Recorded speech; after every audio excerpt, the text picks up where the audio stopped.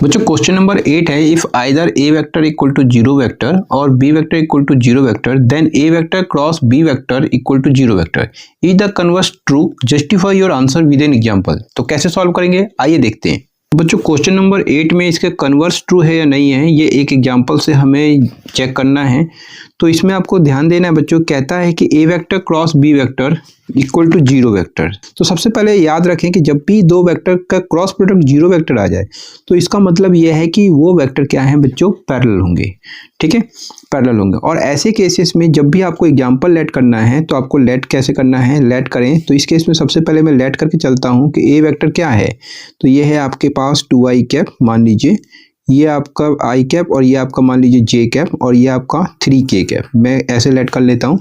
ठीक है, अब ए वेक्टर और बी वेक्टर क्या है, पैरेलल हैं। पैरेलल हैं तो पैरेलल के केस में क्या होता है बच्चों कि इसके जो रेशियो होते हैं वो प्रोपोर्शनल होते हैं। प्रोपोर्शनल तो मतलब आपको क्या करना है, बी वेक्टर क्या करना है, इसका जस्ट डबल कर दें या ट्रिपल कर दें, जो आपको अच्छा लगे। तो मैं इसमें डबल कर रहा हूँ बच्चों, तो ये आपका 4i कैप हो गया, साथ में ये 2j कैप होगा और ये आपका 6k कैप होगा। अब यहाँ पर ए वेक्टर बी वेक्टर का अगर मैं रेशियो देखें तो 2/4 1/2, इसी तरीके से 1/2 यहाँ में आएगा और k का भी 3/6 का मतलब कैंसिल करके 1/2 आएगा। तो ये इक्वल आ गया। तो इसका मतलब ए वेक्टर बी वेक्टर के रेशियो प्रोपोर्शनल है, मतलब ये क्या है, पैरेलल आएंगे और इसका क्रॉस प्रोडक्ट भी 0 आएगा। ठीक है, तो लेकिन हमें ये करके दिखाना होगा। तो क्या करें बच्चों, तो ए वेक्टर क्रॉस बी वेक्टर इसमें फाइंड आउट करके भी दिखाएंगे कि इसका ये 0 आ रहा है। तो आई कैप जे कैप और ये आपका के कैप, फिर आई इसके यहाँ पर इसका कंपोनेंट लिखें 2 1 3, तो ये आपको 2 1 3। फिर बी वेक्टर का कंपोनेंट देखें तो 4 2 6, तो यहाँ पे 4 2 6 लिख लेना है बच्चों। ठीक है, इसको सॉल्व करना है तो डिटरमिनेंट के मेथड से सॉल्व करना है। तो आई को क्या करना है, हाइड करना है। तो आई को हाइड करेंगे इस तरीके से, दिखाई क्या देगा 1 3 2 6, तो आपको लिख लेना है 1 3 2 6 और ये आपका आई कैप। फिर जे को हाइड करना है इस तरीके से, क्या दिख रहा है 2 3 4 6, तो लिख लीजिए जल्दी से 2 3 4 6। ठीक है, और ये आपका जे कैप। फिर प्लस करके आपको के वेक्टर के कैप को देखना है तो 2 1 4 2। ठीक है, 2 1 4 2 और ये आपको पता होना चाहिए बच्चों, ये प्लस में होता है, ये माइनस में और ये प्लस में, तो इसीलिए मैंने इसे प्लस में लिया। इसे जब माइनस करना है तो यहाँ पे माइनस कर देना और ये आपका प्लस में। ठीक है, और ये आपका के कैप, राइट। इसके बाद हम क्या करें बच्चों, तो इसको सॉल्व करते हैं। तो ये आपका 1 का 6 से मल्टीप्लाई 6, 2 का 3 से, तो ये आपका क्या होगा 6 और ये आपका आई कैप। 2 का मल्टीप्लाई 6 से तो 12 माइनस 12। ठीक है, ये आपका जे कैप हो जाएगा और ये क्या होगा बच्चों, तो ये आपका 4 माइनस 4 और ये आपका के कैप होगा। तो इस तरीके से ये आपका 0 आई कैप 0 जे कैप और ये क्या आ रहा है 0 के कैप। तो इसके तीनों कंपोनेंट 0 आ रहे हैं, तो इसका मतलब क्या है, ये क्या हो गया बच्चों, ये 0 वेक्टर हो गया। तो 0 वेक्टर के तीनों कंपोनेंट जो होते हैं आई जे के वो 0 होते हैं। ठीक है, तो आप देख सकते हैं कि उसने क्या कहा था कि a vector cross B vector 0 होना चाहिए, तो वो तो हो रहा है। ठीक है, लेकिन हमें क्या प्रूफ करना है कि इस केस में ए वेक्टर नॉट इक्वल 0 वेक्टर है और बी वेक्टर भी नॉट इक्वल 0 वेक्टर है। तो ये तो हमें दिखाई दे रहा है कि देख लीजिए ए वेक्टर 0 के इक्वल नहीं है, 0 वेक्टर नहीं है और बी वेक्टर भी 0 वेक्टर नहीं है। लेकिन प्रूफ करने के लिए आपको क्या करना होगा, अब आपको ए वेक्टर का मैग्नीट्यूड फाइंड आउट करके दिखाना होगा कि इसका मैग्नीट्यूड 0 नहीं आना चाहिए। तो मैग्नीट्यूड कैसे फाइंड आउट करेंगे, आई का कंपोनेंट 2 का स्क्वायर, फिर जे का कंपोनेंट ये आपका 1 का स्क्वायर।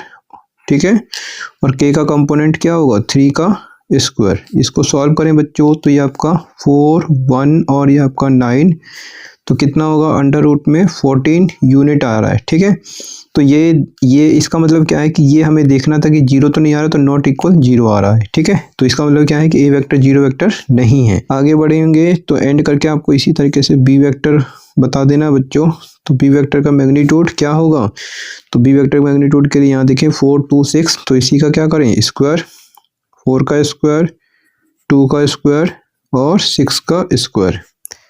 तो ये आपका हो जाएगा 16 4 और ये आपका 36, क्या हो जाएगा ये आपका 20 और ये आपका 36 कितना होगा 46 56। ठीक है, 56 का फैक्टर भी कर लीजिए। तो 56 का फैक्टर क्या होगा, इस तरीके से ये रफ वर्क में इधर करके दिखा देना, मैंने इधर कर दिया है। ठीक, तो ये आपका क्या होगा 2 14 2 7 और क्या होगा 7 1। तो ये क्या हो जाएगा बच्चों, तो ये आपका 2 का स्क्वायर इंटू 2 मल्टीप्लाई 7। तो इस तरीके से ये 2 जंप करके बाहर हो गया, तो 2 अंडर रूट 14 यूनिट आ रहा है बच्चों इसका मैग्नीट्यूड, मतलब नॉट इक्वल जीरो, जीरो के इक्वल नहीं आ रहा, मतलब इसका भी मैग्नीट्यूड जीरो नहीं है और ए वेक्टर का भी मैग्नीट्यूड जीरो नहीं है। अगर मैग्नीट्यूड जीरो नहीं है तो इसका मतलब क्या है, ए वेक्टर जीरो वेक्टर नहीं है, बी वेक्टर भी जीरो वेक्टर नहीं है, और इसका क्रॉस प्रोडक्ट लेकिन जीरो वेक्टर आ रहा है। ठीक है, तो आपने क्या ऑब्जर्व किया बच्चों, तो आपने ऑब्जर्व किया कि हमने क्या क्या देखा कि ए वेक्टर और बी वेक्टर का जो क्रॉस प्रोडक्ट है जीरो आ रहा है। ठीक है, बट लेकिन ए वेक्टर जो है वो नहीं है, नॉट इक्वल है जीरो वेक्टर, या फिर बी वेक्टर जो है वो नहीं इक्वल है जीरो वेक्टर के। ठीक है, राइट। तो देयरफॉर आप कह सकते हैं देयरफॉर द कन्वर्स जो है, converse need not to be true. तो उम्मीद करता हूँ बच्चों अच्छे से समझ में आ गया होगा, और अगर अच्छे से समझ में आ गया तो वीडियो को लाइक करना मत भूलना। चैनल पर पहली बार आए तो प्लीज चैनल को सब्सक्राइब जरूर कर लेना। मिलते हैं नेक्स्ट वीडियो में। अपने वीडियो को वॉच किया इसके लिए आप सभी का बहुत बहुत धन्यवाद बच्चों।